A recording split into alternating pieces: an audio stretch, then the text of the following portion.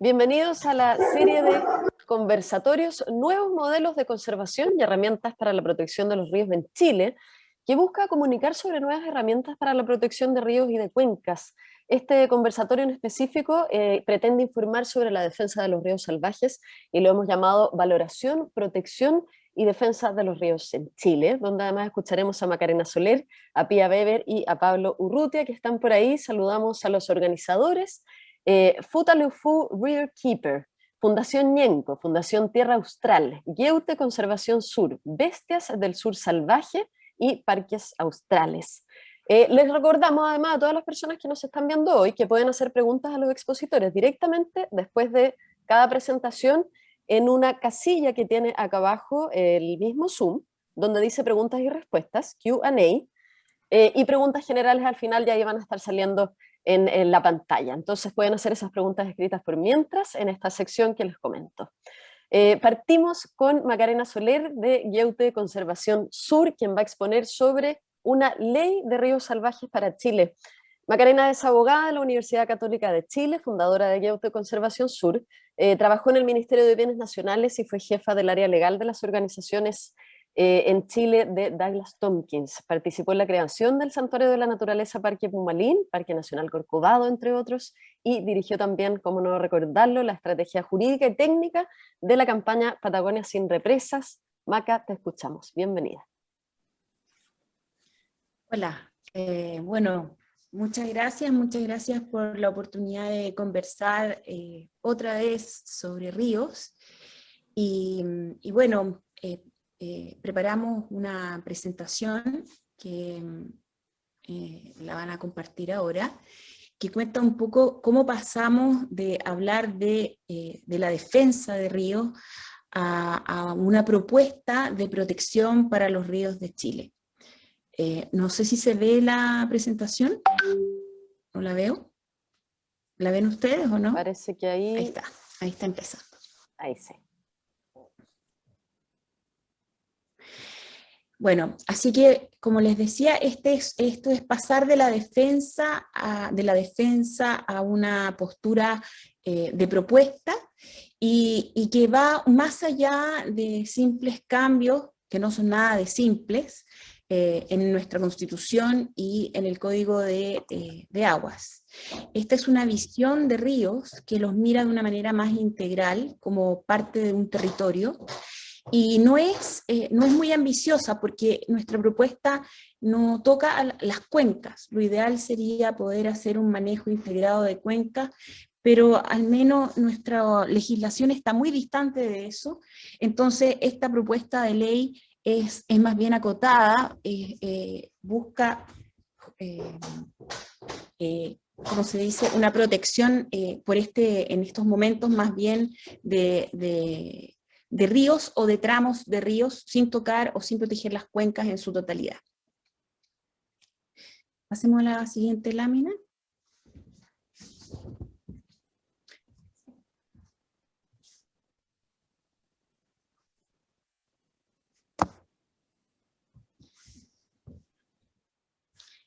Bueno, surge la pregunta de cómo en la actualidad se puede proteger un río en Chile, qué herramientas nos otorga nuestra legislación actualmente, y tenemos, la verdad son más bien escasas. Hay más que estos ejemplos, pero estos son los principales.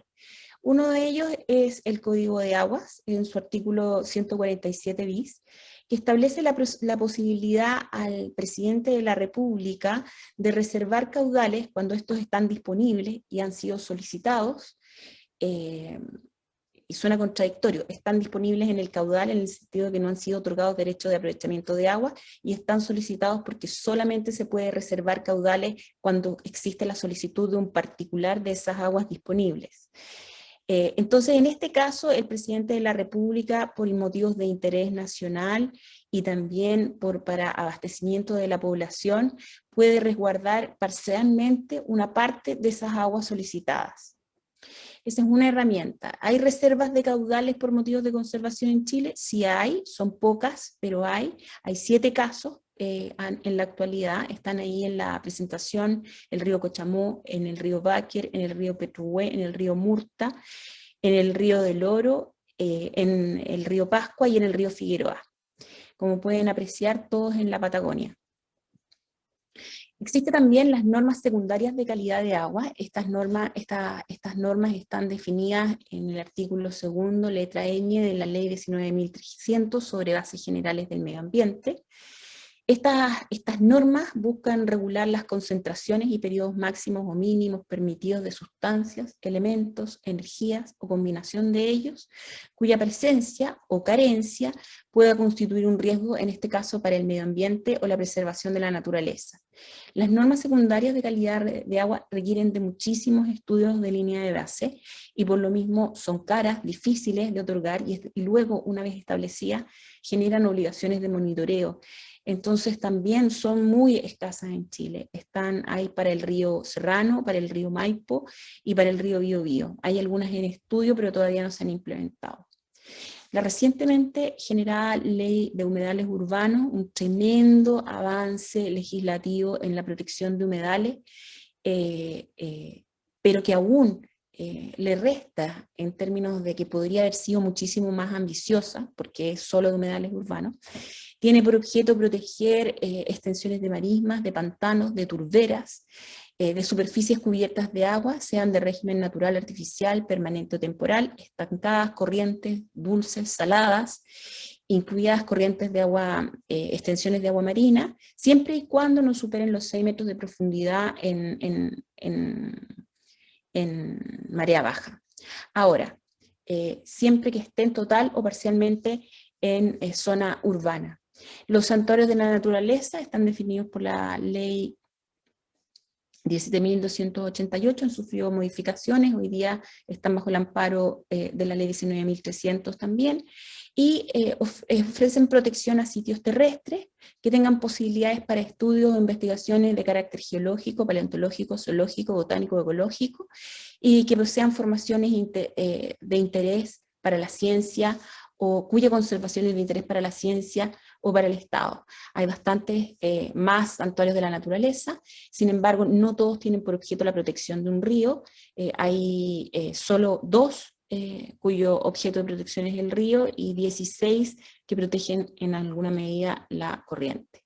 La ley, el derecho real de conservación lo hemos incluido acá también como una posibilidad de proteger un río, aun cuando solamente protege predios de propiedad privada o estatal o fiscal, y no el lecho del río propiamente tal, que es un bien, y sus playas, que son bienes nacionales de uso público. Está establecido en la ley 20.930 y permite establecer restricciones y prohibiciones en torno a las finalidades de un determinado predio. La gracia es que pueden ser a título perpetuo, tiene todavía algunas, es mejorable, pero sin embargo es una muy buena herramienta de protección de los ecosistemas riparianos y aledaños a los ríos. Cada una de estas normas en sí misma es insuficiente, por lo tanto hasta ahora los activistas, las personas, los defensores de ríos las hemos utilizado como capas de protección de los distintos ríos. Bueno, antes de pasar a esto, me gustaría decir, por ejemplo, aquí hay varias, la reserva de caudal es insuficiente porque solo protege el caudal, en ningún caso los ecosistemas aledaños ni riparianos, por lo tanto es una norma que solamente protege agua o que garantiza la presencia del agua. El santuario de la naturaleza, a la inversa, puede proteger un polígono territorial, pero no va a proteger el caudal. Quisiera tocar acá que los humedales urbanos, Chile tiene 5,6 millones de hectáreas de humedales, sin embargo los humedales urbanos solo alcanzan las 533.705 hectáreas, por lo tanto es bastante evidente que pudimos haber sido mucho más ambiciosos en la protección de humedales. De los 60, ya les había dicho que de los 63 santuarios de la naturaleza, solo 2 protegen ríos. Y cada una de estas es insuficiente no solo por estas razones, sino que además porque ninguna permite el manejo de uso múltiple, y los ríos por esencia tienen muchas posibilidades de uso humano. Usos en la corriente, usos ceremoniales, cultura, la protección de patrimonio material e inmaterial, etc.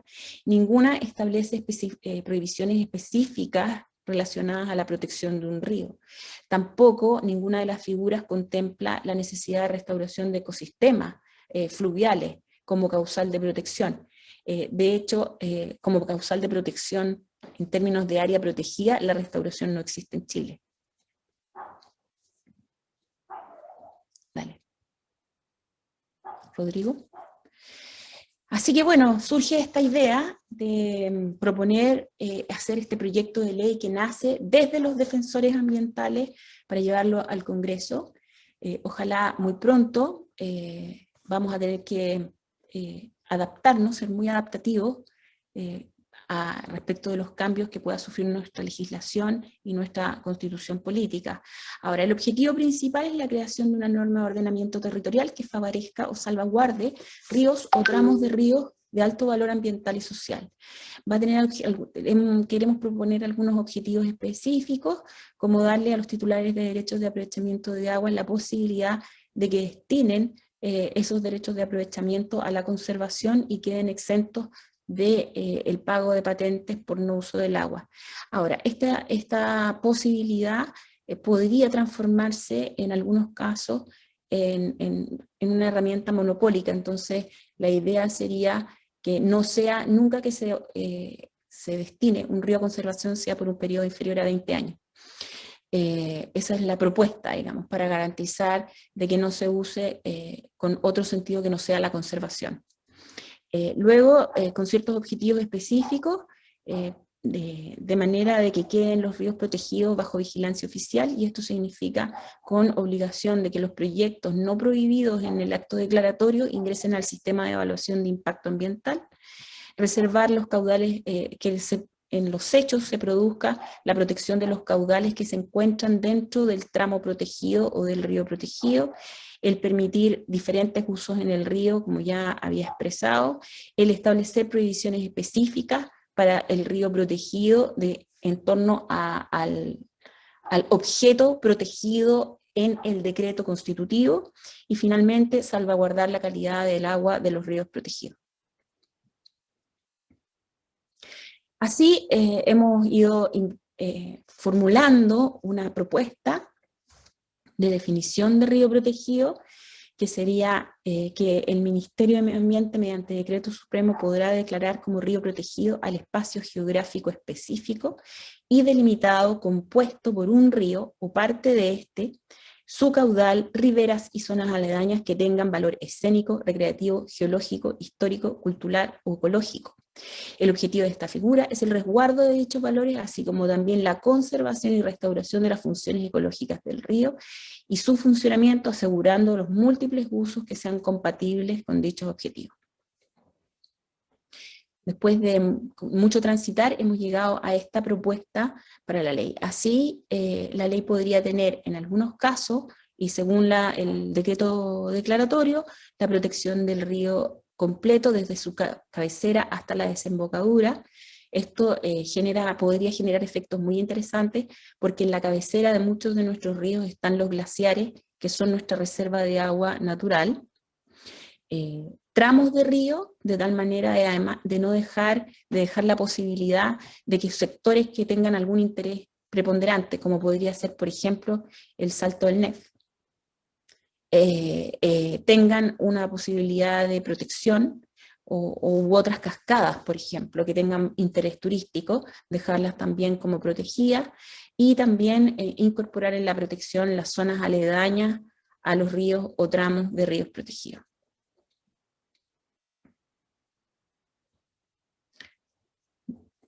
Quienes en nuestro diseño hemos contemplado la posibilidad de que se solicite o de que se inicie el procedimiento por varias vías. En esto hemos ocupado una figura similar a la de la zona de interés turístico, y de esta manera hemos planteado que tal vez podría ser por un grupo de personas, al menos de 15 personas, para darle base social, por una persona jurídica, pensando también que muchas veces pudiera suceder que una fundación o una ONG contribuya con la ciudadanía a hacer la formulación, y de oficio por la autoridad hemos propuesto que el ministerio donde se tramite sea el Ministerio de Medio Ambiente, para no contribuir a una dispersión legislativa en torno a la institucionalidad ambiental. Sería la primera ley de protección de ríos para Chile, estableciendo prohibiciones atingentes a los ecosistemas sociales, como les decía, exigiendo el ingreso al sistema de evaluación de impacto ambiental de las actividades permitidas en el río, y avanzando, aunque de manera insuficiente también, pero avanzando hacia una visión integral de los ecosistemas fluviales.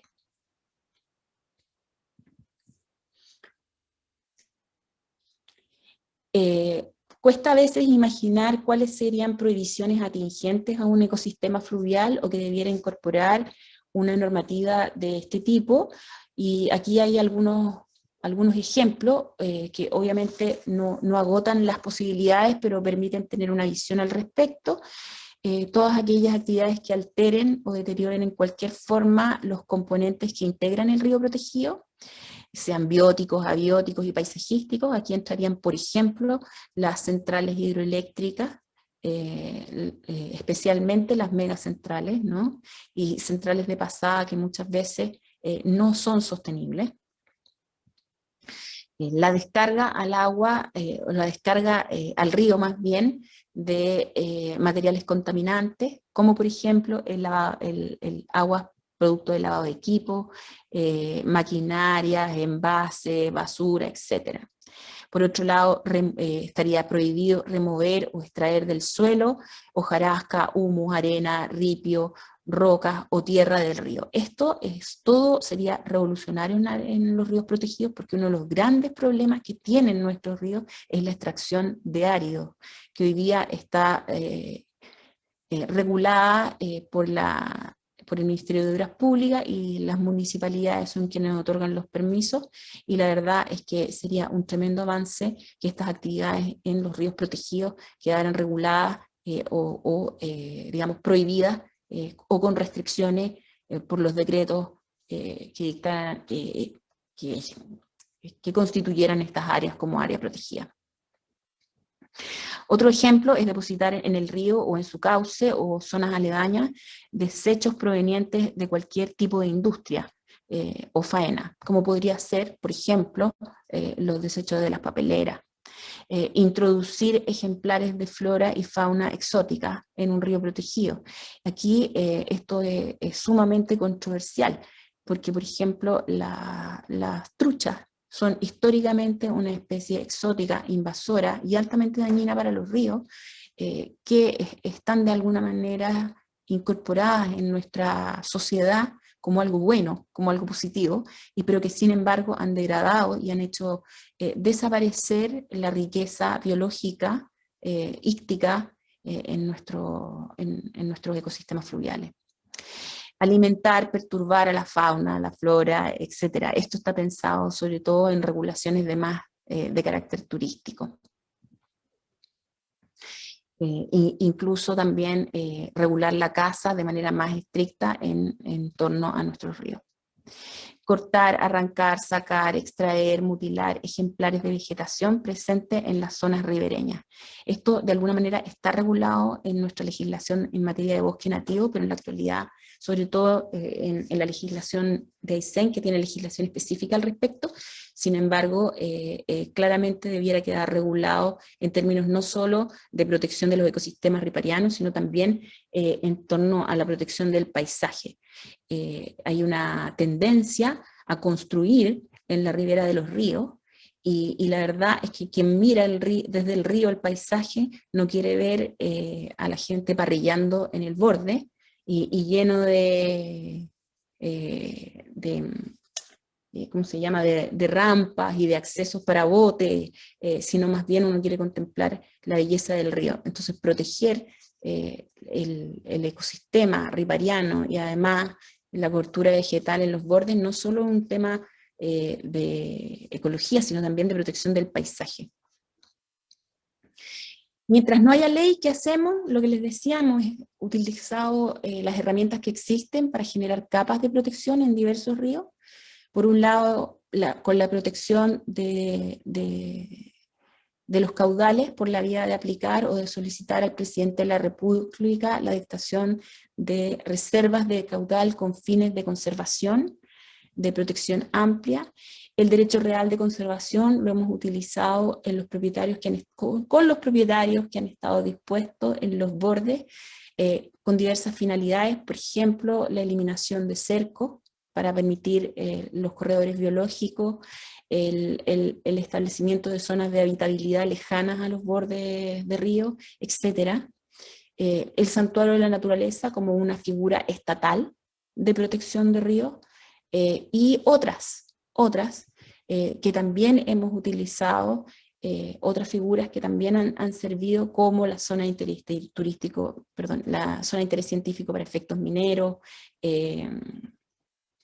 y algunas normas de la Ley de Protección del Bosque Nativo, etc. Respecto de casos exitosos de protección de ríos en el mundo, hay varios en Canadá, en Estados Unidos.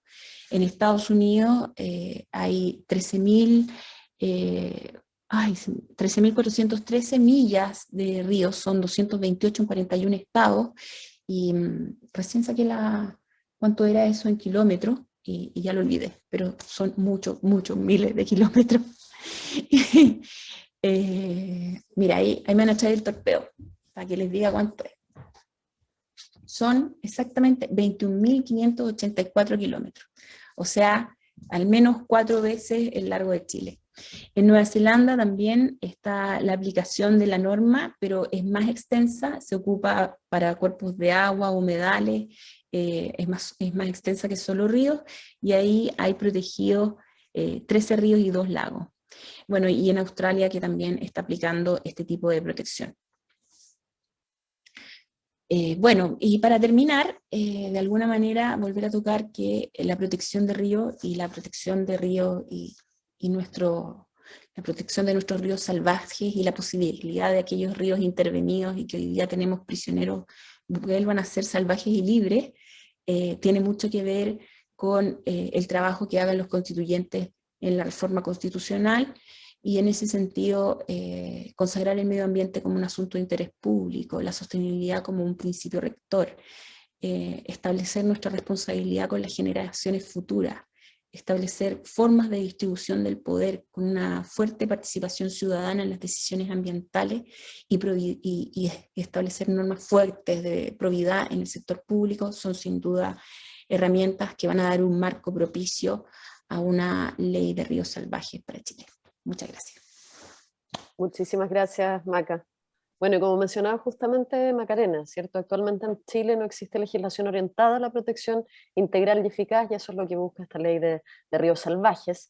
Pero ¿cuál es la percepción ciudadana sobre mecanismos de protección? Sobre esto profundizamos ahora justamente con Pía Weber, de Fundación Ñenco. Pía es abogada de la Universidad Católica de Valparaíso, magíster en Derecho de la Universidad de Melbourne y directora ejecutiva de Fundación Ñenco. Especializada en Derecho Ambiental y Administrativo, actualmente trabaja en el Servicio de Evaluación de Impacto Ambiental. Bienvenida, Pía. Te dejamos entonces con tu conferencia, Mecanismos de Protección para los Ríos de Chile, Percepción Ciudadana.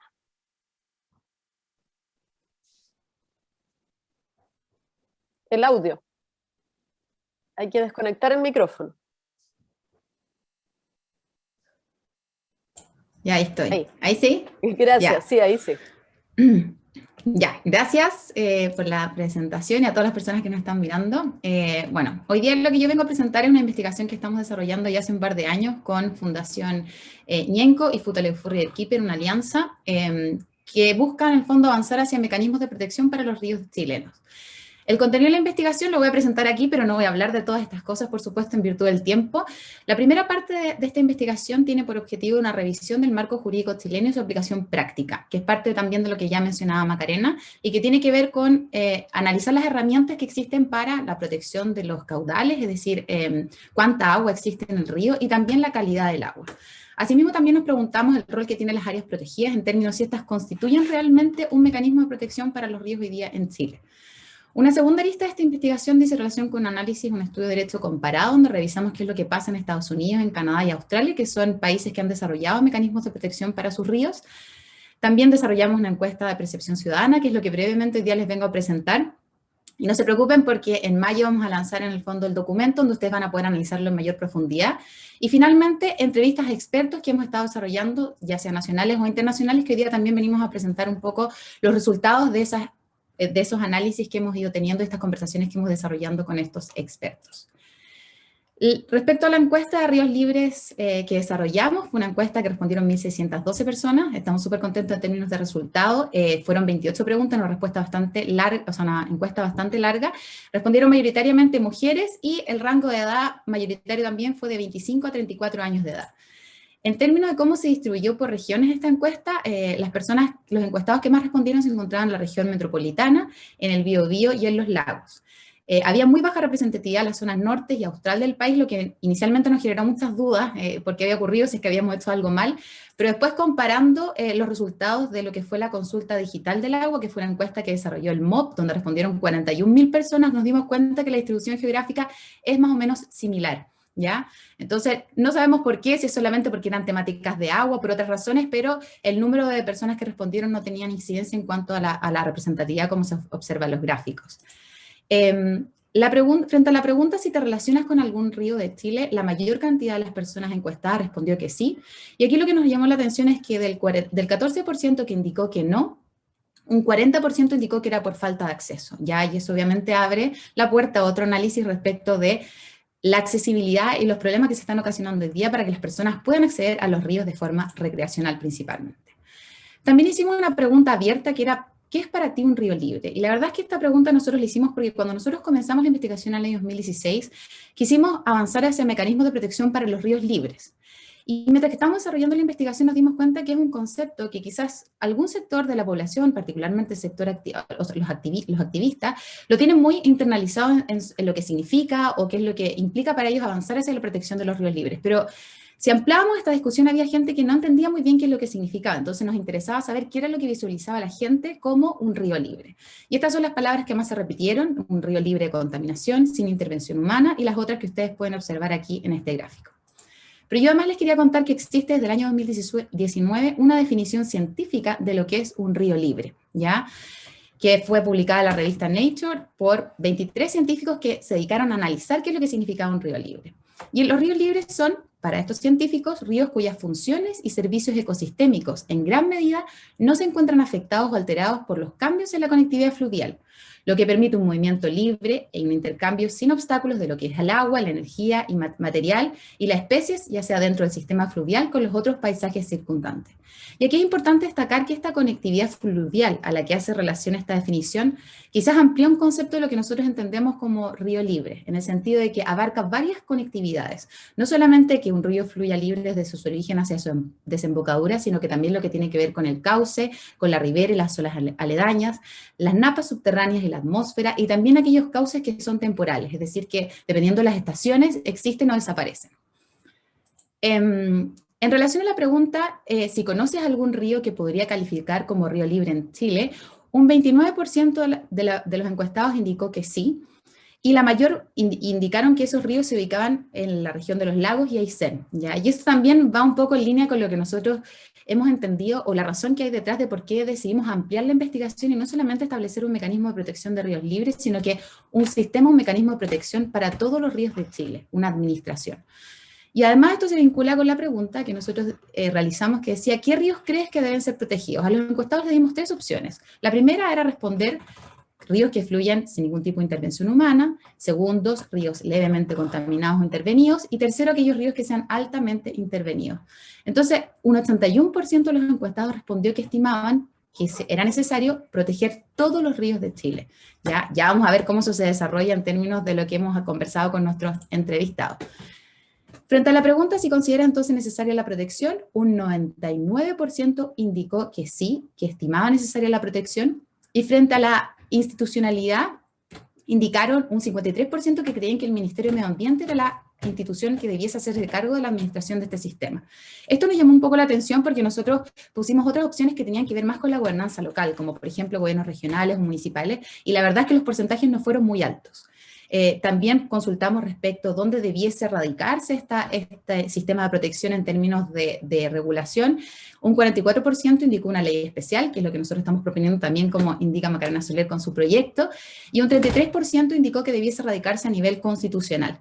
Ya, claramente en el contexto sociopolítico hoy día en Chile es una respuesta que estimábamos esperable. Nosotros principalmente, nosotros estimamos que lo que debiese ocurrir es que a nivel constitucional se establezca un marco jurídico de protección principalmente para el medio ambiente y ya a nivel legal establecer una regulación específica. En relación a las últimas dos preguntas de la encuesta, consultamos respecto de los aspectos positivos que pudiese tener este mecanismo de protección y un 86% reconoció que era positivo la protección de ecosistemas que poseen un valor en sí mismo. Y esto para nosotros es importante porque implica una transición que se está viviendo desde esta visión antropocéntrica, donde el ser humano siempre se planta como el importante, es decir, qué es lo que la naturaleza nos puede proveer a nosotros como servicio. Y hoy día que estamos avanzando es una visión más ecocéntrica, donde entendemos que nosotros somos un elemento más del medio ambiente y tenemos que encontrar una forma de relacionarnos de forma armónica con este. También ahí se establecen otros aspectos positivos, como mejorar los beneficios que proporciona el ser humano, desarrollo sustentable, entre otros. Y en relación a lo que son los aspectos negativos, un 37% dice que no reconoce ningún aspecto negativo en lo que significaría avanzar hacia un mecanismo de protección, pero también se reconocen ciertos otros aspectos, como por ejemplo un posible aumento de la conflictividad, un 25%, impactos en lo que serían las comunidades que dependen económicamente del río, el desarrollo agrícola, energético, etc. Nosotros esto lo visualizamos más como un costo de transición, es decir, aquellos costos que necesariamente deben asumirse para poder movernos desde un régimen que ya existe, que implica un alto nivel de extracción o un alto nivel de contaminación en los ríos, hacia un mayor nivel de protección. En relación a las entrevistas que desarrollamos, nosotros hemos desarrollado a la fecha 14 entrevistas con expertos nacionales e internacionales. ¿Qué es lo que tratábamos de buscar nosotros con estas entrevistas? Identificar a aquellas personas que tenían la capacidad de generar los cambios que estamos buscando, o aquellas personas o instituciones o comunidades que se encuentran afectados por los impactos que hoy día vemos en los ríos. Y tratábamos en el fondo de entender lo que iba a ser su forma de ver este problema, estos mecanismos de protección, y finalmente cómo ellos visualizan las barreras y oportunidades que existe en la legislación chilena. Ahí está el mapa de actores, son las personas que hemos entrevistado. Ustedes pueden observar que el sector político todavía no hemos entrevistado a nadie, queríamos hacerlo en las instancias finales, cuando ya tuviéramos más avanzada la investigación, y también el sector empresarial, que ciertamente es el sector que va a generar, donde se va a poder generar la mayor resistencia. ¿Cuáles son los temas que nosotros tratamos en la entrevista? Fueron 5 temas generales que agrupamos. Primero eran los ríos libres, la definición y la justificación de la protección de los ríos. También consultamos sobre el sistema de protección y la institucionalidad que se va a generar en torno a este sistema de protección, los procesos de nominación y asignación de los ríos protegidos, y aquí lo que es importante distinguir es que el proceso de nominación es aquel proceso en que se decide qué río debiese ser estudiado para ser protegido, ¿ya? Y por otra parte, el proceso de designación es aquel proceso en virtud del cual finalmente se determina que este es un río que va a ingresar al sistema de protección. Asimismo, hicimos consultas relativas al sistema de administración de los ríos protegidos y finalmente el análisis crítico del régimen jurídico vigente, las barreras y oportunidades, como ya había comentado Macarena, y nosotros también lo estamos desarrollando en nuestra investigación. En relación a este primer grupo de preguntas que tenían que ver con los ríos libres, es importante destacar que hoy día los ríos libres son un elemento en extinción. Ya hay un estudio que establece que el 63% de los ríos del mundo, que son mayores a 1000 kilómetros, hoy día no fluyen libremente. Y si ustedes miran a sus territorios, también es un análisis que pueden hacer sin siquiera tener un dato estadístico. O sea, la mayor parte de los ríos en Chile se encuentran intervenidos o contaminados o alterados en cierta forma. En términos de qué es lo que se busca avanzar, la palabra planificación territorial se repitió mucho en los entrevistados, ¿ya? No necesariamente avanzar hacia una protección solo de ciertos ríos, sino que planificar. Es decir, yo quiero saber cuáles son los ríos que puedo intervenir o cómo los puedo intervenir, cuáles son los ríos que yo voy a proteger de forma absoluta, ¿ya? Y tener bien claro cuáles van a ser esos objetivos de protección y por ende también las herramientas que vamos a utilizar para avanzar hacia esos objetivos. Y esto también muy vinculado con lo que es un sistema integrado de cuencas. Ya Macarena ya mencionaba, por ejemplo, la importancia de proteger las cabeceras de cuenca, las riberas. Entonces, no solamente pensar en un río y proteger su calidad y la cantidad de agua, sino que es mucho más que eso. Las preguntas que hicimos en torno a los beneficios que le hicimos a todos los entrevistados finalmente se fueron transformando también en estrategias, ya nos iban dando como ciertas recomendaciones para posicionar este tema y que finalmente fuera una discusión que no solamente se diera desde un sector, que sería el activismo, sino que de todos aquellos actores que finalmente tienen algo que decir respecto del río. Entonces, ciertamente un beneficio es la protección de los ecosistemas que ya poseen un valor en sí mismo, ya lo dijimos, en el fondo aquellos que valoran la naturaleza porque entienden que es necesario protegerla, pero también el fortalecer los beneficios que ya proveen al ser humano. Y aquí me interesa destacar la importancia de la recreación y el bienestar. Ya probablemente Paulo después nos va a contar algo sobre eso, pero hoy día, más que nunca, estamos entendiendo la importancia que tiene vincularnos con la naturaleza y cómo aporta a la salud mental. Y eso también es un argumento que nosotros tenemos que empezar a utilizar en la medida que este sistema de protección va también en esa línea. Además, es importante hablar y pensar en la posibilidad de diversificar los usos y diversificar los beneficios económicos. Y quizás ustedes van a decir, bueno, pero si estamos hablando de un sistema de protección, ¿por qué me estás hablando de beneficios económicos? Y aquí está lo que tiene que ver con la estrategia, porque nosotros cuando intentamos posicionar una nueva ley o algo que va a cambiar el status quo, obviamente que tenemos que pensar que vamos a hablar con distintos actores. Entonces, ¿hay gente que le interesa hablar de Lucas? Bueno, hablemos de Lucas entonces. Ponderemos, por ejemplo, el impacto o los beneficios que genera una represa y, por otra parte, otros beneficios económicos y los impactos que son mucho menores que podrían generar otras actividades, como por ejemplo el turismo sustentable. Asimismo, es importante alinear esta discusión con la necesidad de garantizar el derecho humano. Si nosotros avanzamos hacia una mayor protección de los ríos de Chile, también estamos pensando en que estamos garantizando en el mediano y a largo plazo una mejor disponibilidad de agua. Y eso también es un discurso muy importante que hay que poner en la mesa. También es una medida de adaptación al cambio climático. Ya hoy día nos estamos enfrentando al cambio climático y específicamente están impactando los recursos hídricos. Entonces, en la medida que nosotros avancemos a otro nivel de protección, también estamos utilizando herramientas para adaptarnos a los impactos que estamos viviendo y a los futuros. Y finalmente, la posibilidad de una administración conjunta con comunidades indígenas o locales u otros posibles actores en el territorio. Ya tenemos claro que la forma de hacer las cosas ha fracasado y es necesario que empecemos a cambiar esta visión. Y aquí también podemos inspirarnos en lo que ha ocurrido en otros países como en Nueva Zelanda y en Colombia, por ejemplo, donde se establecieron los ríos como sujeto de derecho y se han establecido nuevos mecanismos de gobernanza que han sentado a la mesa no solamente al gobierno, sino que también a comunidades indígenas, actores locales, aquellos que tienen derechos de aprovechamiento de agua y una infinidad en el fondo de grupos e intereses que convergen en el río. En términos de la pregunta respecto a la conflictividad, había que distinguir, porque nosotros preguntamos si creían que iba a aumentar o disminuir la conflictividad con este tipo de proyectos.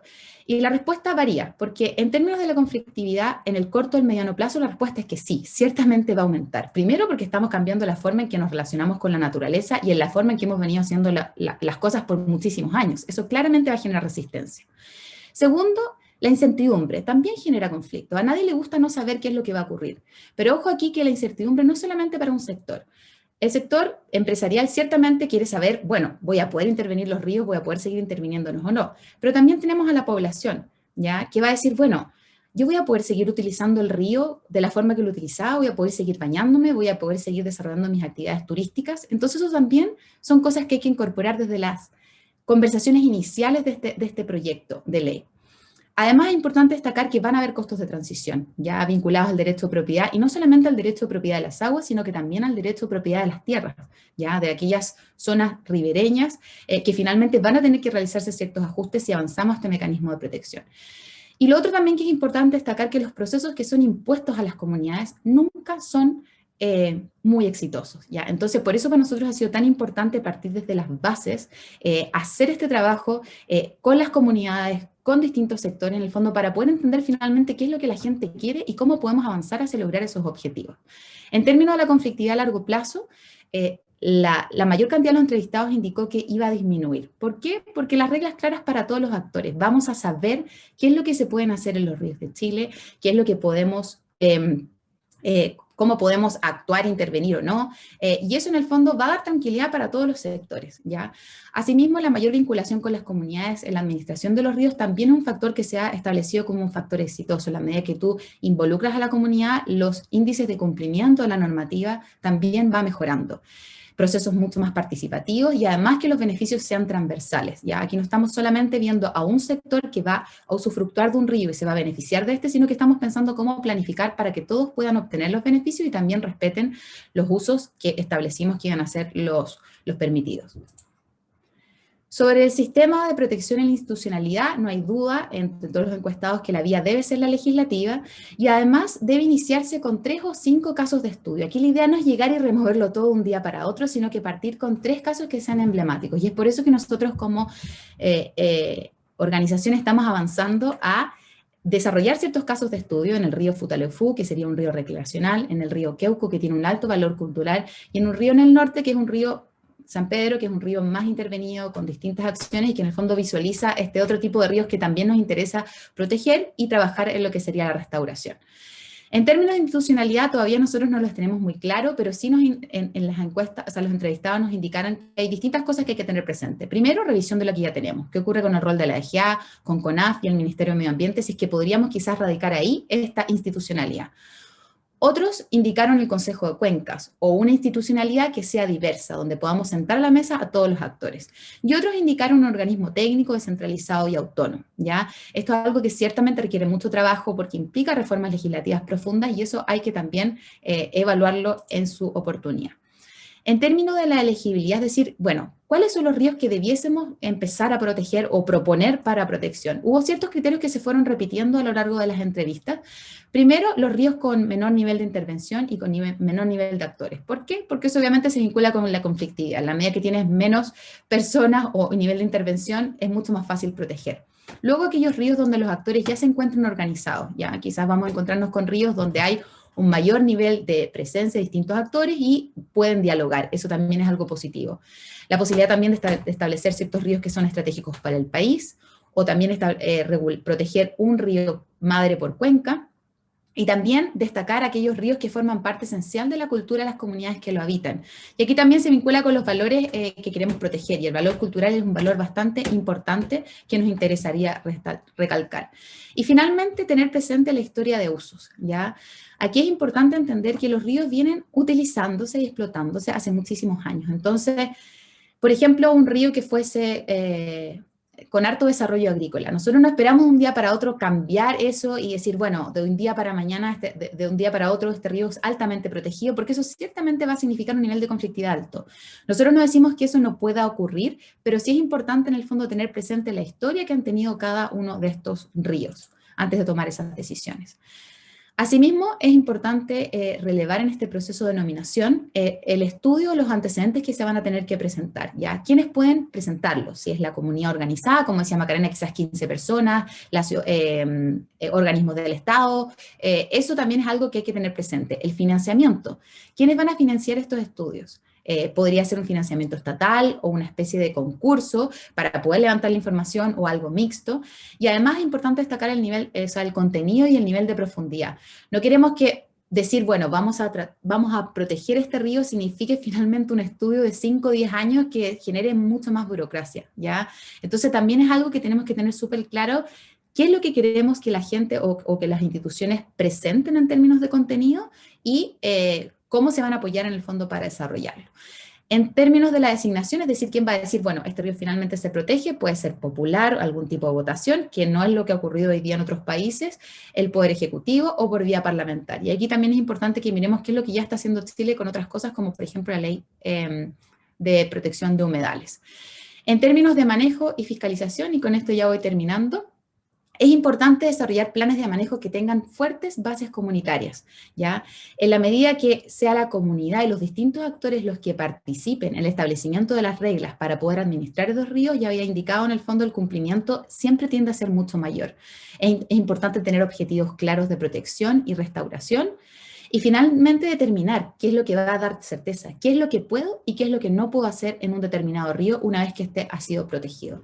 Y finalmente en fiscalización, aquí es importante avanzar hacia modelos de fiscalización mixto. Tenemos esta visión de que finalmente es el Estado el que tiene que hacer todo y ya sabemos que el Estado ha fallado, ya sea por falta de recursos o por falta de capital humano.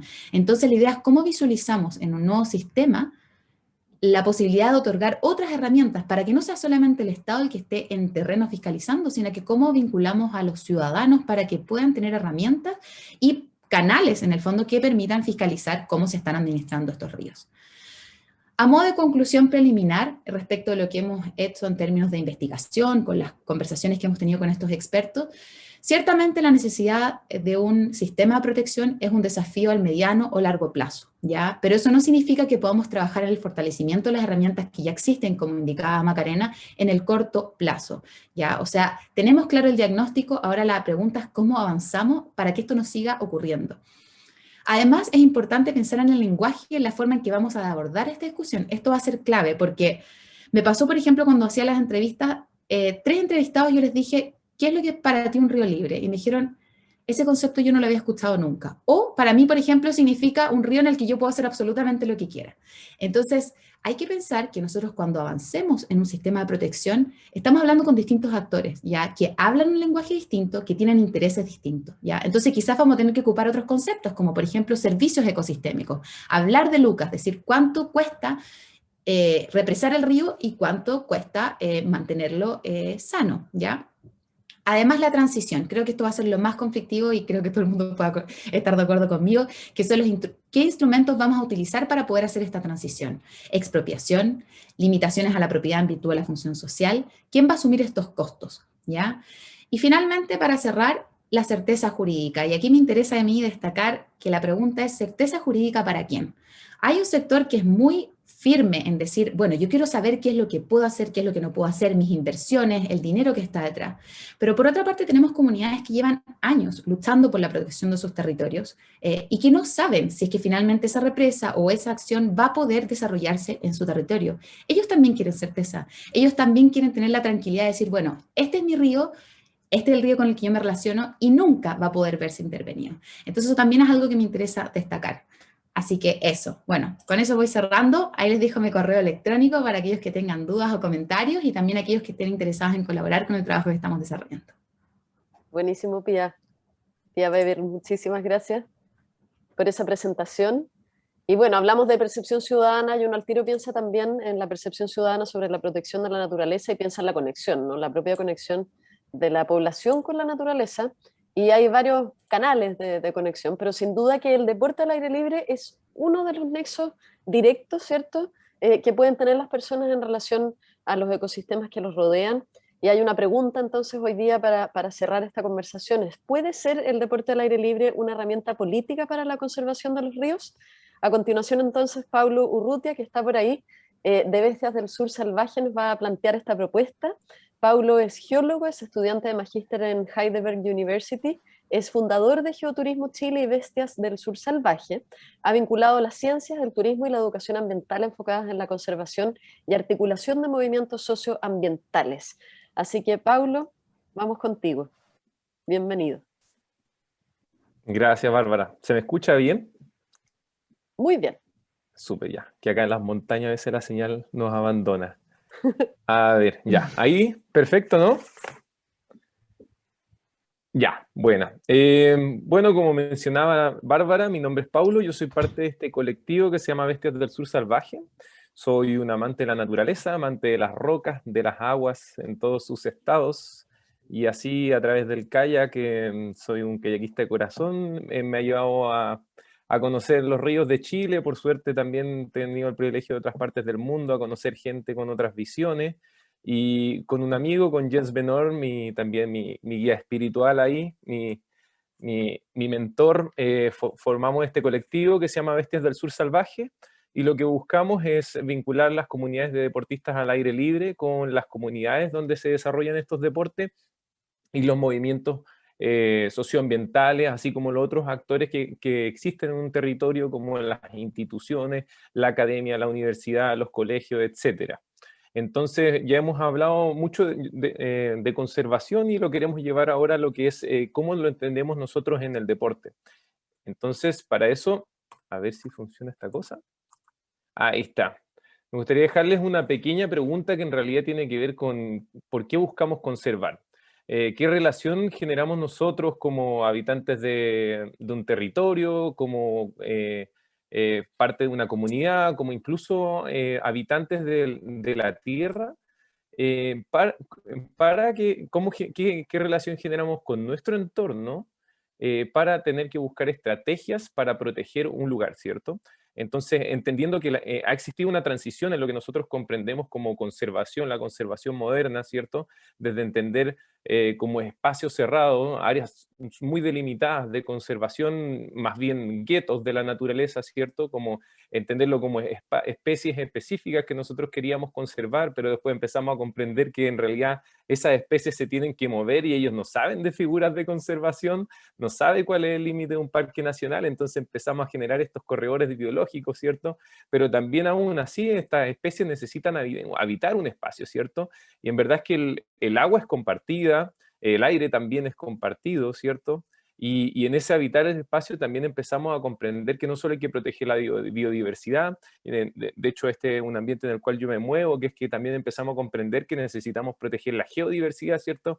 El patrimonio geológico, y ahí empieza a tomar toda la relevancia que tiene que ver con valorar intrínsecamente la tierra, y empezamos a comprender que existe algo más allá, que es proteger por generar mecanismos de protección, que finalmente son una herramienta para proteger estos lugares, sino que lo que buscamos en realidad es comprender cómo nosotros nos estamos relacionando con este entorno. De hecho, ahí en estos modelos de conservación, por ejemplo, podemos tener desde figuras de protección, que son las figuras que, como los parques nacionales, reservas reservas nacionales, ¿cierto? Figuras de protección legal, iniciativas de conservación privada, ¿cierto? Figuras de conservación, ya que tienen más como que ver como modelos de gobernanza, como la reserva de las biosferas, o ahí entran también las nuevas figuras como los geoparques, ¿cierto? Pero esto es lo que podemos y lo que no podemos hacer en realidad queda muy bien plasmado en lo que son los planes de manejo. E incluso eso tenemos en esta transición de figuras de conservación, hay muchas áreas de conservación en Chile que no tienen planes de manejo, que tienen planes de manejo desactualizados. Entonces, entender muy bien cuáles son los actores que se relacionan con estas áreas de conservación es muy importante. De hecho, lo grafica muy bien el profesor de la Universidad de Chile, Enrique Aliste, en una de sus investigaciones, ¿cierto? Del conflicto que existe, ¿cierto? Cómo nosotros comprendemos que la conservación no puede estar desarrollada como se ha ido desarrollando por mucho tiempo en el mundo y también en la Patagonia, como esa conservación ajena a las políticas de poder, ¿cierto? Ajena a todo lo que tiene que ver con las comunidades que viven en torno a ella. Entonces, por eso también ha habido una transición, la cual es muy positiva y nosotros estamos viviendo ese cambio en torno a cómo los nuevos planes de manejo incorporan las visiones y los objetos de conservación de las comunidades que habitan en torno a ella. Entonces, pero entendemos que detrás de la conservación, así como detrás del activismo, lo que hay es un conflicto entre dos formas de ver el mundo en general, ¿cierto? Podemos ver a la izquierda el caso del puerto de San Antonio, ¿cierto? En la zona costera de la cuenca del río Maipo, cómo está en conflicto constante con lo que es la conservación y la visión de la comunidad en específico que habita en ese territorio. Entonces, comunidades, ¿cierto? Deportistas, empresas de turismo que generan un desarrollo sostenible, ¿cierto? Que buscan generar una relación armónica con el territorio. Entonces, ahí la pregunta en realidad es qué nos mueve a nosotros como Bestia del Sur Salvaje, y lo que en realidad no es que vengo a hacerle publicidad a Bestia del Sur Salvaje, sino que me gustaría que tanto los valores que nosotros nos mueven como las actividades que nosotros tratamos de hacer las lleven a su vida cotidiana, porque en realidad de eso se trata, de que nosotros tenemos que pensar no solo en figuras de conservación, porque parece que es muy lejano para nuestra vida cotidiana, a menos que nosotros nos relacionemos con un parque nacional, ¿cierto? Es una muy buena herramienta que nos sirve sobre todo para los activistas, ¿cierto? Para proteger, pero en realidad nosotros tenemos que pensar en acciones de conservación concreta, cómo esto lo llevamos a hábitos de la vida cotidiana, porque sabemos también que han existido muchos proyectos extractivistas en Chile que han pasado por encima de las figuras de protección. Entonces, si nosotros no tenemos una figura, una comunidad empoderada, una comunidad articulada, no vamos a ser capaces realmente de proteger efectivamente un territorio. Entonces, nuestra visión es que en realidad nosotros a través del deporte podemos generar esas sensaciones, esas experiencias que nos lleven, que nos muevan a proteger los territorios, porque la verdad es que la ciencia, bueno, nosotros hacemos también mucha ciencia comunitaria, después les voy a contar un poquito, pero como les decía, ni la ciencia ni la ley van a proteger los territorios. Lo que va a proteger los territorios son la gente que ama estos lugares, que tiene arraigo, ¿cierto? Y para eso nosotros deberemos experimentarlo, ¿cierto? Porque es muy difícil saber el valor de un río si jamás lo hemos tocado, jamás hemos puesto nuestros pies en el agua, hemos sentido los colores, los olores, ¿cierto? Nos hemos puesto en un bosque y hemos escuchado las aves, y de eso se trata. Nosotros buscamos acercar a la gente a la naturaleza, y no se trata solo como la naturaleza de las montañas, algo lejano, también la naturaleza que cotidianamente habitamos, los ríos que están en las ciudades, ¿cierto? Los mismos árboles, etcétera. Entonces, para nosotros nos mueven 4 valores que les voy a comentar un poquito, que uno de ellos es empoderar, y nosotros enfocamos todas nuestras actividades a través de estos 4 valores, y lo que buscamos también es que muchos de nuestros proyectos tienen los 4 valores en sí transversalmente. Entonces, nosotros buscamos empoderar, buscamos entregar herramientas y las habilidades necesarias para enfrentar de manera efectiva y colectiva los desafíos que tienen las distintas comunidades en las cuales nosotros hacemos estas actividades. Nosotros por eso lo que buscamos principalmente es fomentar la autogestión. En la fotografía de arriba a la izquierda es el Festival Bio Bio, una de nuestras primeras actividades que hicimos, y la mayoría de nuestros proyectos son autogestionados. Ahora con el tiempo hemos tenido la capacidad de levantar recursos para hacer proyectos más ambiciosos, pero aún así no dejamos de hacer proyectos autogestionados, porque en realidad lo que nos mueve es que cuando tenemos una visión clara y nos gustan las cosas, en realidad si no encontramos plata, y esa es nuestra principal visión, como que si no hay recursos hacemos igual las cosas, porque lo que nos importa es que las cosas se hagan. Entonces, desarrollamos actividades como educación ambiental, por ejemplo, ciencia comunitaria. Existen distintas herramientas de ciencia comunitaria que no requieren de ningún recurso. Con los smartphones hay muchas alternativas, como iNaturalist, con el que Jens y otro equipo con Nat Geo hicieron este BioBlitz a nivel mundial, y también se pueden hacer en sus comunidades. Existe otra aplicación como la que está haciendo Camila acá en el río Queuco, que se llama Crowdwater, también una aplicación de monitoreo. FutaKeeper, por ejemplo, está haciendo un programa de monitoreo de calidad de agua con la metodología Global Water Watch. Existen muchas herramientas que se están desarrollando en Chile, en los territorios, y que son muy replicables y que muchas veces no requieren más recursos que las ganas que tienen las personas.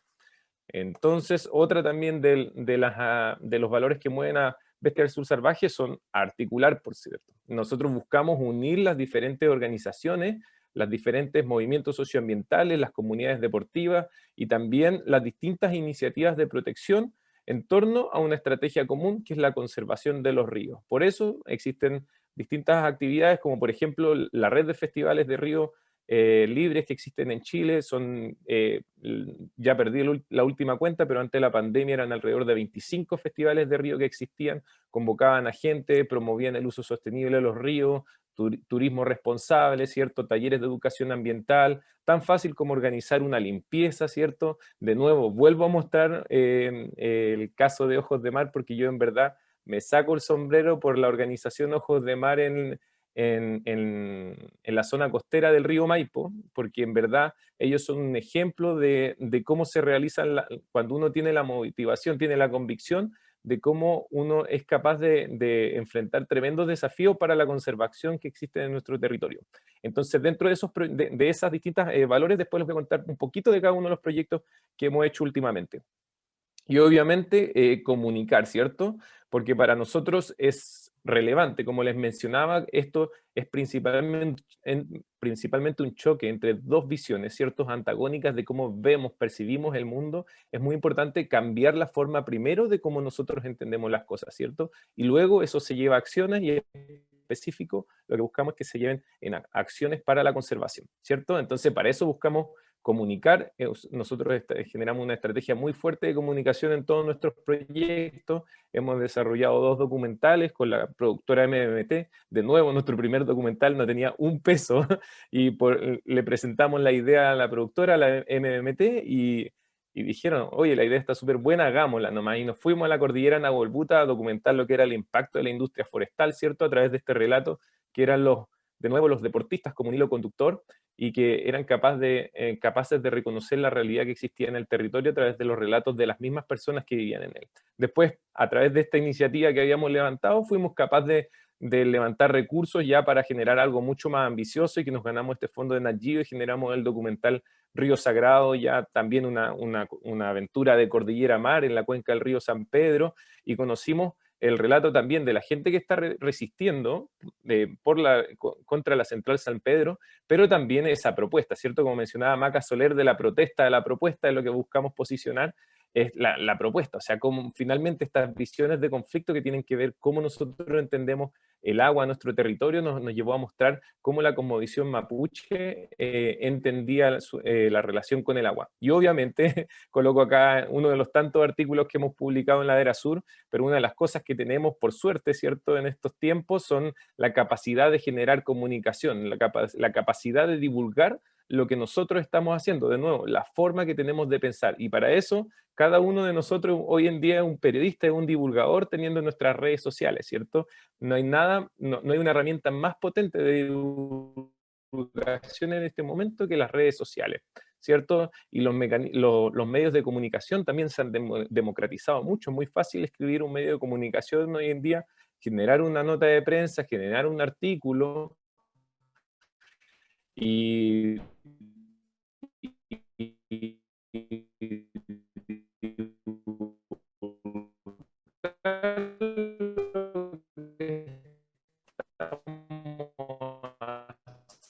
Ahí te perdimos, Paulo. Perdimos señal. De esa manera podamos contribuir a buscar propuestas de solución en conjunto. Y obviamente inspirar. Para nosotros eso es muy relevante. Nosotros buscamos inspirar a las personas que nos rodean. Lo más probable es que cada uno de nosotros somos referentes de alguien en nuestra vida. Ahí sí, ahora. Ahí estamos. Hay problema de conexión. ¿Y ahora? A ver. Sí. Ahí te escucho bien. ¿Se me cayó? No, ahí volviste. Pues se cayó la cosa. ¿Aló? ¿Paulo? ¿Me ¿No, escuché, ¿nos no? escuchas? Sí. ¿Aló? Te escuchamos. ¿Me escuchan o no? Me siento... ¿Me escuchan o no? Sí. Perdón. Paulo, ¿Y sí me te escucháis o no? escuchamos. ¿Sí? Te escuchamos, sí, sí. Estás sin imagen, pero sí ¿Sí? Ya, estamos sí, entonces. escuchando bien. Dale. Ya, buenísimo. No sé, no sé en qué. Ya, sigo entonces. ¿Sí? Yo sí. Sí, ya nomás. Yo sí les escucho. Ya, súper. ¿Sí?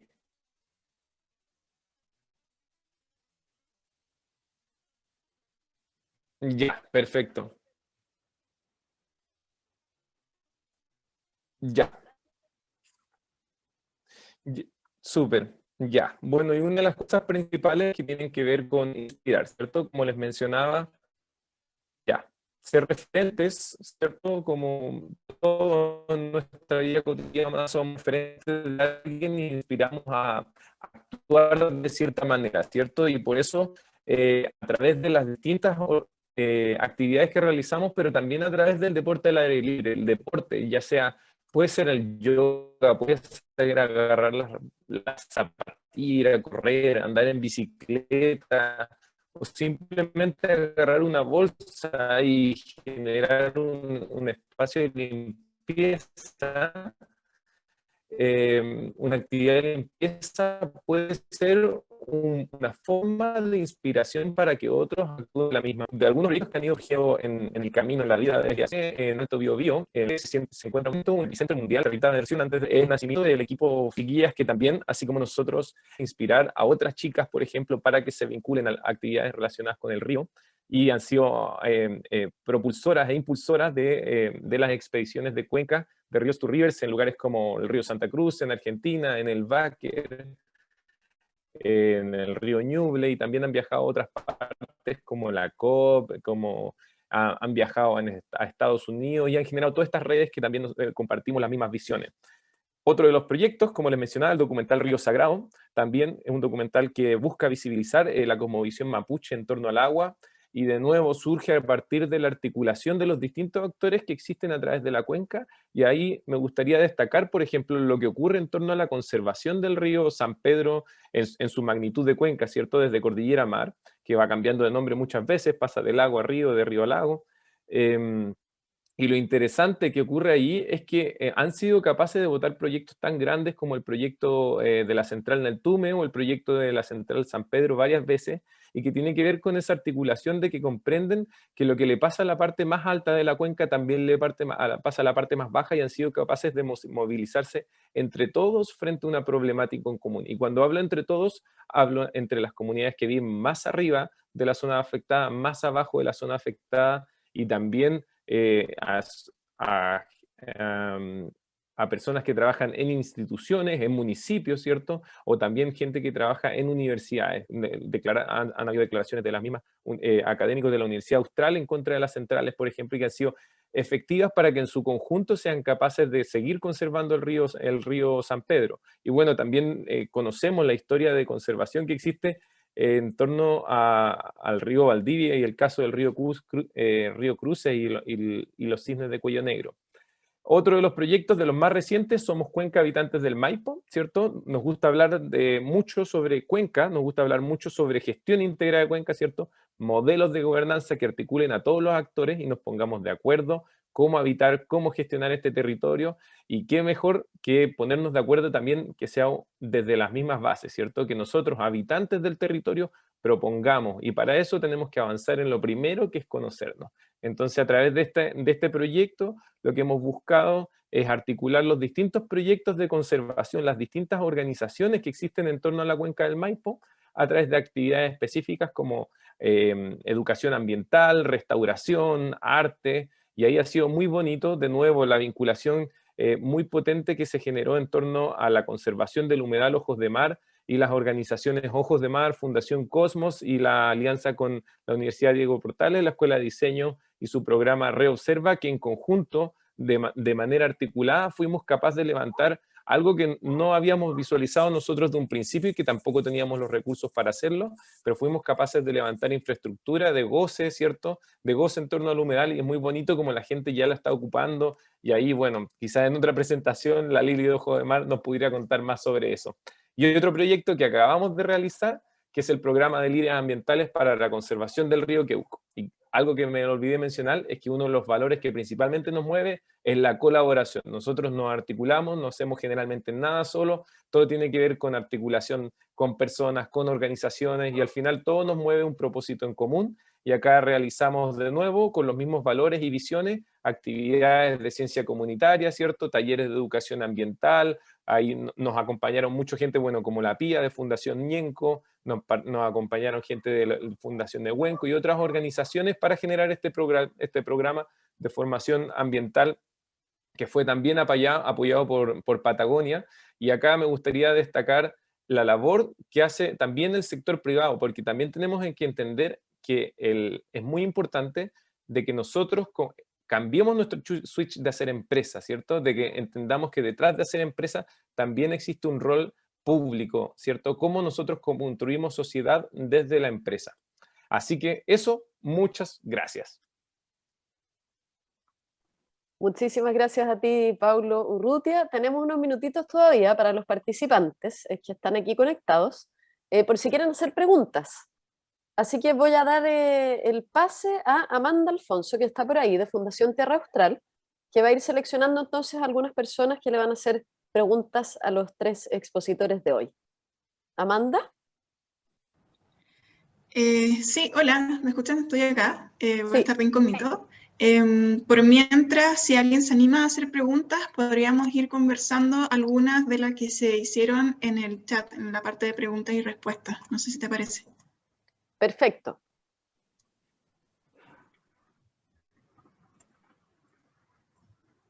¿Las puedes ver?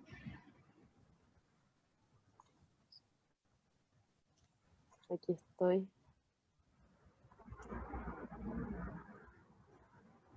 Hay muchas felicitaciones para los expositores, eso puedo decir que veo en el chat. Agradecimientos, felicitaciones y Sí. todo. Quizás, porque es el otro chat de preguntas y respuestas, Voy para y ahí. quizás, bueno, hay unas preguntas bien interesantes, algunas ya fueron respondidas, pero quizás podría darse una conversación un poco más larga. Por ejemplo, esta es para Macarena, y habla sobre cómo ven la figura de paisaje de conservación para la protección de ríos.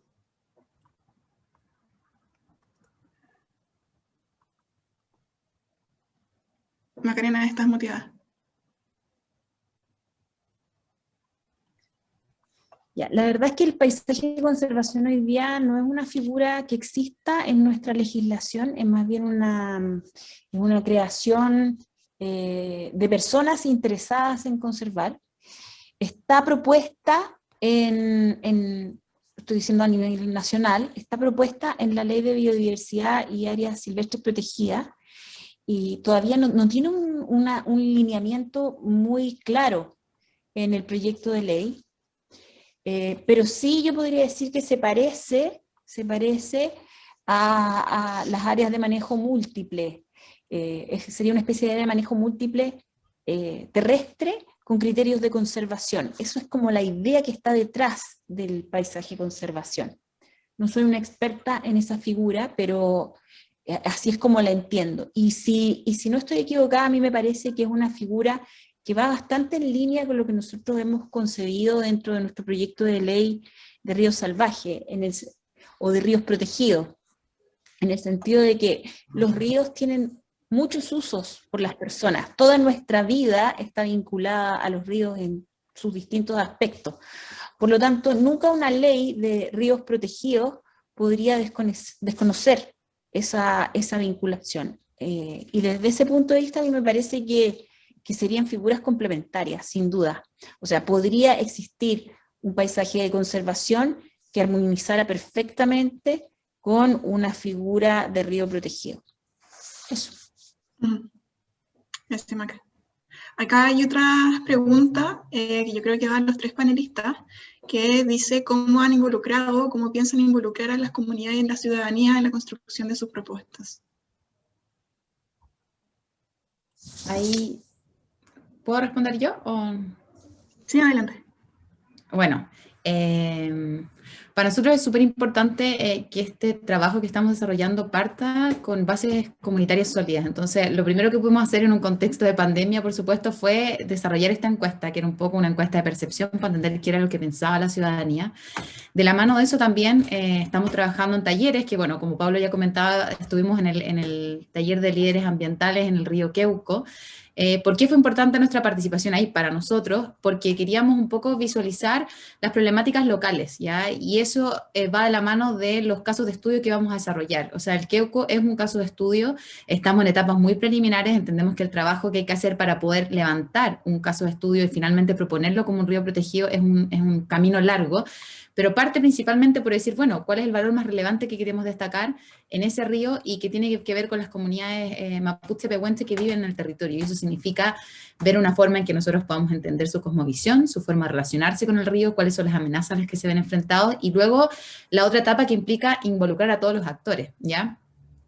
Bueno, eso va de la mano de los talleres, también por eso también hemos trabajado en las entrevistas, porque si bien no es comunidades también son distintos actores, ¿ya? O representantes de distintos actores en los ríos. Entonces, eso es un poco la forma en que hemos estado visualizando la construcción. Talleres, participación ciudadana, vinculación a los territorios, estar presente ahí, creemos que también es súper importante. Y eso, creo que ya el segundo semestre los casos de estudio van a ir tomando un poquito más de forma y ahí probablemente les vamos a poder ir contando qué es lo que va pasando con esa lista. Súper. Paulo, ¿Alguien más de los Ya, panelistas? ¿contesto? Ya, Maca. Sí, y después Paulo ¿Contesto? también. Ya, nosotros, bueno, está, digamos, un poco lo mismo que describe Pía, de que son como las actividades tradicionales de realización de talleres, etcétera. Nosotros partimos el 2015 con una campaña en redes sociales, en Instagram. O sea, la campaña partió después, pero partimos el 2015 con una campaña de información que está en redes sociales hoy día, principalmente en el Instagram, que busca educar sobre qué son nuestros ríos, por qué son importantes nuestros ríos. La pueden seguir, se llama Río Salvaje. Y tenemos una iniciativa, bueno, hemos hecho muchos talleres, esto que les contaba también de que hemos trabajado en varios ríos, superponiendo capas de protección para contribuir, y nuestro trabajo ya tradicional en la defensa de ríos, que mucha gente conoce, que en el Báquer, en el Pascua, ¿cómo se llama? En Puelo, en Maipo, ahora en el río San Pedro, etc. Pero independiente de eso, creo que tal vez una de las cosas más relevantes que vamos a hacer y que estamos empezando a hacer para los próximos años es un trabajo de apoyo a las organizaciones no gubernamentales que trabajan con las comunidades. La experiencia de todos estos años nos ha mostrado que muchas veces las organizaciones tienen ideas preconcebidas de cómo intervenir positivamente en favor de la conservación en las comunidades, y por otra parte, estas ideas que muchas veces fracasan, y por otra parte hemos percibido que las comunidades tienen resistencia hacia la conservación. Esto parece contradictorio, pero es así porque la conservación limita no solo las actividades de las grandes empresas, sino muchas veces las actividades de las personas locales. Entonces las personas tienen temor de perder sus usos tradicionales. Y esto enfrenta a las organizaciones no gubernamentales a muchísimas dificultades. Entonces hemos contribuido a hacer una metodología de trabajo para que las organizaciones no gubernamentales puedan identificar, hacer una estrategia, identificar la mejor forma de trabajar con las mismas comunidades. Esta la pueden encontrar en nuestra página, está en un link que se llama GeoTelab, y debajo de eso se llama Transición a la Conservación, la metodología. En este minuto estamos haciendo facilitación gratuita a varias organizaciones no gubernamentales. Tenemos muchas en la fila, porque realmente ha tenido un éxito mucho mayor del que esperábamos y no somos capaces de abordar la demanda, pero estamos ya apoyando con facilitación a ONGs que trabajan en los distintos territorios. Eso. Gracias, Maca. Paulo, y después vamos con una pregunta del público. Hay alguien ahí esperando para hacer su pregunta. Ya, desde nuestro punto de vista, principalmente a avanzar en la autogestión. Nosotros hacemos un llamado siempre a la acción, de que en el habitar cotidiano podemos generar muchos cambios. Y en ese sentido existen no solo iniciativas de conservación en los distintos territorios, sino que existen distintos desafíos para la conservación de manera inmediata en cada uno de nuestros lugares. Entonces, ahí el llamado es a autoconvocarse, autogestionarse y generar proyectos que tengan que ver también con la autonomía, ¿cierto? Desde el punto de vista educacional, ¿cierto? Cómo proponemos los temas que nosotros queremos aprender en términos educativos, autonomía energética, autonomía alimenticia, todos esos cambios que nosotros queremos ver en el mundo tienen que partir primero con los primeros granitos que se están generando en nuestros territorios. Así que la invitación es a articularse, a conocer a los vecinos y a generar propuestas y proyectos en torno a la conservación.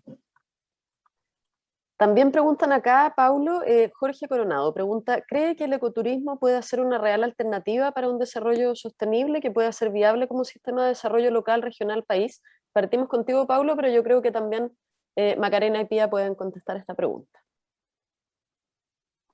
Claro, mira, por supuesto que sí. El turismo mal llamado industria en realidad no es una industria, porque nosotros asociamos industria a otras cosas. El turismo es una actividad económica más basada en los servicios y puede ser una tremenda herramienta para proteger los lugares primero, porque el turismo se desarrolla en zonas rurales principalmente, ¿cierto? En zonas que la gente ha tendido a migrar por este tipo de proyectos, porque no hay alternativas laborales, por ejemplo. Entonces, a través del turismo nosotros podemos generar fuentes laborales para que la gente se quede en los lugares, fuentes laborales asociadas a la naturaleza para que de esa manera se acerque a ella, pero también hay que reconocer que también tenemos desafíos en la forma de abordar el turismo. Y por eso el turismo sin conservación también se puede considerar extractivismo. Entonces hay que generar, de nuevo, así como cualquier actividad económica o cualquier tipo de actividad en los territorios, hay que generar actividades planificadas, ¿cierto? Modelos de gobernanza que generen, o sea, que sean articuladas en torno a un objetivo común. En este caso, si queremos generar turismo sostenible, tenemos que ponernos de acuerdo cuáles son los lineamientos, cuáles son los mecanismos de generar ese turismo sin que genere grandes impactos. Ahí, de hecho, se me viene mucho a la cabeza el modelo de Socha como un modelo de conservación basado en el turismo. Socha es un destino turístico muy conocido en Europa, en Eslovenia, basado en el turismo de naturaleza. Es algo así análogo a lo que, por ejemplo, podríamos pensar en Futaleufú, porque era reconocido principalmente por el río. Y, por ejemplo, ahí hay un estudio muy claro que realizaron ellos con el valle de al lado, y vieron cómo el valle de al lado, el valle vecino, es un valle intervenido por represas, entonces cómo a través del turismo y la conservación, el turismo de naturaleza, eran capaces de proteger este río, pero además de generar más de 4 veces más de fuentes laborales y generar la misma cantidad de ingresos sin considerar la época estival, ¿cierto? Entonces, en la época estival los ingresos aumentan, ¿cómo se llama? También aumenta la visitación, ¿cierto? Pero también eso genera otros desafíos que tienen que ver con la capacidad de carga. Entonces, también esto es un modelo que tiene que ver con constante análisis, ¿cierto? Y que tiene que ver con reconocer esos desafíos y cómo los abordamos. Maca, Pía. Turismo. No, yo creo que Pablo ya lo dijo, o sea, no creo que tenga mucho más que aportar en esa línea, pero sí es importante ponerle número a las cosas, como yo sé que hay una dificultad detrás de ese proceso, sobre todo para las empresas de turismo, pero es algo que finalmente hay que hacer si queremos en el fondo potenciarlo como una alternativa quizás a otras formas de desarrollarnos. Maca, ¿quieres agregar algo más ahí o vamos a la próxima pregunta? Maca.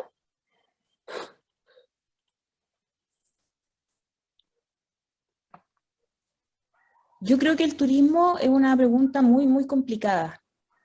Es muy, muy complicada porque no solo, yo creo que incluso en este tiempo de pandemia, el turismo nos impone muchísimos desafíos que no son solamente relativos a la industria.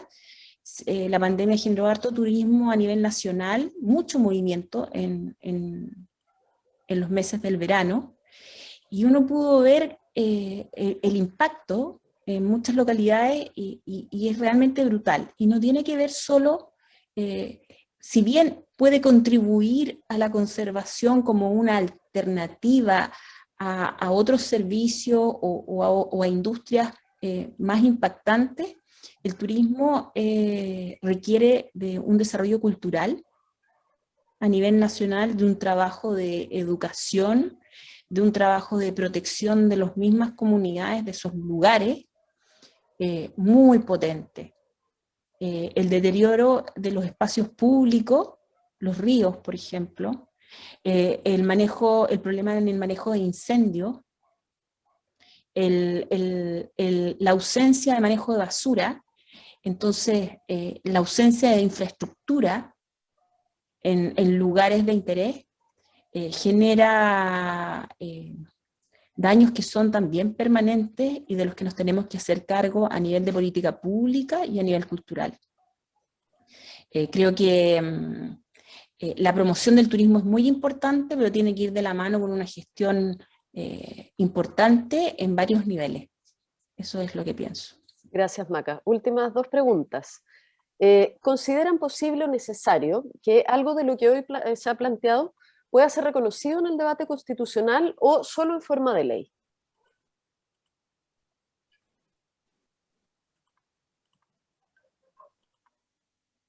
Maca, ¿Ya? no sé quién va. Ya.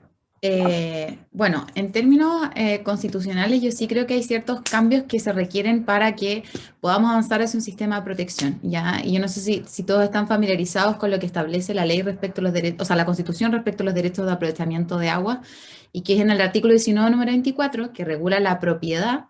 Se establece una propiedad sobre los derechos de aprovechamiento de agua. Ese artículo, que está hoy día en la Constitución vigente, ha significado tremendas barreras para avanzar en la protección de nuestros ecosistemas, ¿ya? Por ejemplo, para establecer el caudal mínimo ecológico. Desde la reforma del año 2005, cuando se crea el caudal ecológico, que es este mínimo que debe existir en los ríos, se preguntó, bueno, ¿a quiénes van a aplicar este mínimo, este caudal ecológico? Y la respuesta, después de mucho tiempo de debate, casi 10 años de discusión parlamentaria, fue que solamente se iba a aplicar los nuevos derechos de aprovechamiento de agua. ¿Qué significa eso? En el año 2005 la mayor cantidad de los derechos se encontraban, o sea, los ríos se habían otorgado o sobreotorgado todos estos derechos de aprovechamiento. Por lo tanto, finalmente hoy día, quienes tienen la obligación de respetar ese mínimo caudal en los ríos es un porcentaje muy mínimo de los titulares, ¿ya? Entonces, hay muchas discusiones que son a nivel legal que sí se vinculan con lo que ocurre en la Constitución. Y también alguien había hecho la pregunta si es que se regulaba, por ejemplo, el derecho a vivir en un medio ambiente libre de contaminación. Eso sí está regulado en la Constitución, que es en el artículo 19, número 8. Y la pregunta frente a eso es, bueno, la Constitución regula el derecho a vivir en un medio ambiente libre de contaminación, no sano, que son conceptos distintos. Entonces nos preguntamos, ¿qué es contaminación? Y para eso tenemos que ir a la Ley de Bases Generales de Medio Ambiente. Y esa Ley de Bases Generales de Medio Ambiente nos dice que la contaminación es cuando en el medio existen ciertos valores, en ciertas medidas, no me sé muy bien la definición, pero el punto que hace referencia a lo que establecen las leyes.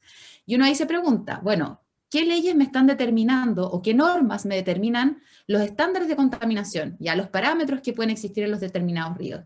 Y ahí están las normas secundarias de calidad ambiental, que ya los mencionaba Macarena, ¿ya? Y esas normas secundarias me determinan cómo yo puedo contaminar estos ríos, ¿ya? ¿Qué cosas, o sea, en ese medio, en el fondo, qué niveles de contaminación pueden existir? ¿Y saben cuántas normas existen? 6, ¿ya? Para los 1.251 ríos o las 101 cuencas a lo largo de todo el territorio. Entonces la pregunta es, ¿dónde están esas normas? ¿Por qué no existen? ¿Ya? Y eso finalmente facilita la pega, o sea, dificulta la pega para quienes quieren avanzar en la protección y determinar, ¿saben qué? Este río está contaminado, o hay contaminación ambiental, hay daño ambiental.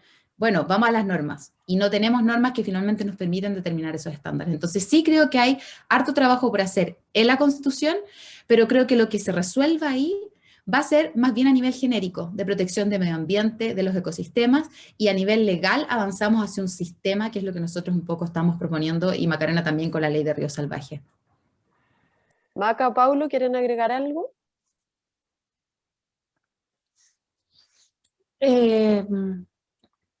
En verdad, yo siempre soy una disidente en el tema de aguas, porque la Constitución política efectivamente hoy día consagra la protección constitucional del derecho de propiedad sobre los derechos de aprovechamiento.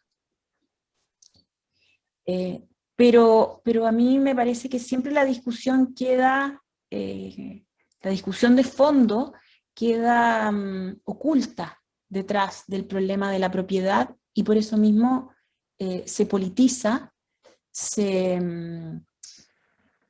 polariza, y finalmente no se discute verdaderamente los problemas del agua.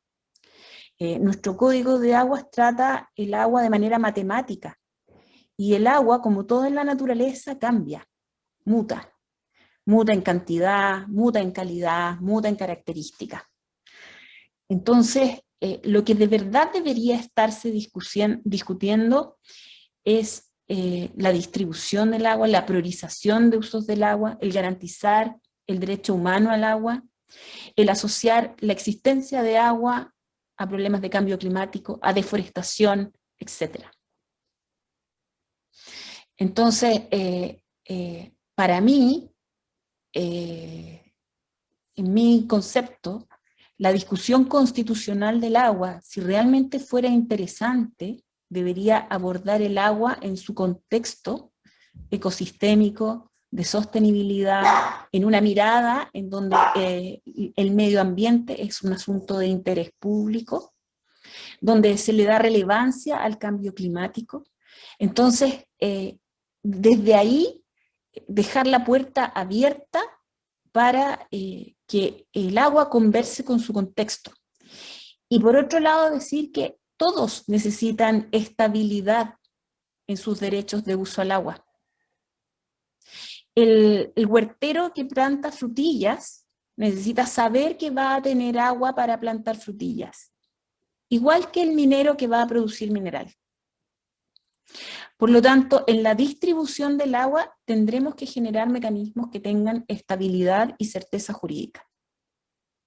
Entonces, los problemas, a mí me parece, que no debieran enfocarse solo en un asunto de propiedad, sino una mirada integral, holística del problema del agua. Eso es lo que yo creo. Y que realmente es lamentable que llevemos más de un siglo, porque si ustedes miran nuestra legislación durante todo el siglo XX y lo que va del siglo XXI, hemos estado discutiendo si el agua debe ser pública, debe ser privada, si debe ser una concesión administrativa o derecho de propiedad. Y la legislación ha fluctuado de un lado para el otro durante más de un siglo, sin resolver ni en un caso ni en el otro los verdaderos problemas del agua. Muchísimas gracias, Eso es lo que Maca. pienso. Se nos va acabando el tiempo. No sé, Pablo, si quieres agregar algo más o ya vamos cerrando, cuéntame. Bueno, quizás brevemente, yo creo que las chiquillas también ya lo dijeron todo, son expertas, abogadas además, y que mi visión también tiene que ver con que el agua es dinámica, ¿cierto? El agua es dinámica, por lo tanto los derechos no pueden ser perpetuos, tienen que irse adaptando estos modelos de gestión también a las condiciones y a las realidades propias de los territorios. Tenemos distribución de derechos de agua con estimaciones arcaicas, ¿cierto? Entonces tenemos que entender que la realidad actual es distinta y existen comunidades que no están siendo capaces de ser abastecidas con su derecho humano básico. Entonces, básicamente, el Estado, ¿cierto?, que somos todos nosotros, abastece con camiones aljibe, por lo tanto se hace cargo el Estado, todos nosotros nos hacemos cargo con nuestros impuestos de las externalidades negativas de lo que existe un pésimo modelo de gestión del agua. Entonces, en un nuevo modelo de gestión, en una constitución distinta, si yo tuviera que pelear por algo, sobre todo debería pelear porque los derechos sean caducos, pero que también que los modelos de participación sean vinculantes. No podemos pensar en que los modelos de participación sean nada más que un trámite. Si nosotros pensamos en modelos de gobernanza, modelos de gestión territorial local, tenemos que pensar que la participación tiene que tener, de las comunidades y las personas y las organizaciones locales, tienen que tener injerencia real en lo que está ocurriendo en su territorio. Muchísimas gracias a los tres, Paulo Urrutia, Macarena Soler y Pia Weber, por haber estado esta tarde con nosotros aquí conversando un tema tan importante, tan trascendental. Así que eso, muchas gracias y que estén muy bien los tres. Ahora le comento a las personas que nos están viendo que hay 2 próximos conversatorios. Este jueves 8, nuevos modelos de conservación y áreas de desarrollo limitado en cuencas de la Patagonia. Va a estar Gueute Conservación Sur y Parques Australes. Y el miércoles 14, el derecho real de conservación para la protección de ríos y cuencas, de la mano ahí de Fundación Tierra Austral y Futalufú River Keeper. Perdón. Ya, ahí sí. También les recuerdo que esta grabación va a estar disponible en el canal de YouTube de Ladera Sur, así que ahí pueden volver a repetir estas presentaciones espectaculares del día de hoy. Muchísimas gracias a todos. Chao.